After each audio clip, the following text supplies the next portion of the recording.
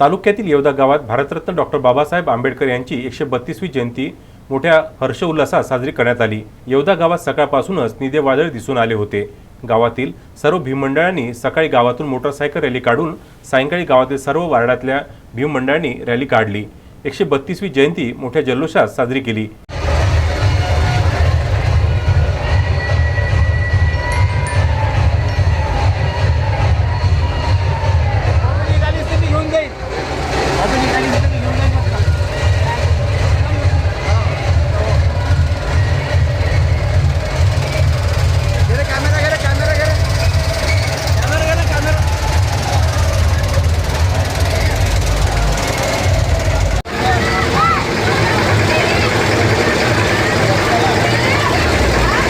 यावेळेस पोलीस ठाण्याचे ठाणेदार आशिष चैत्रे यांनी चोख बंदोबस्त लावला होता। रामेश्वर माकुडे, विदर्भ न्यूज, येवदा।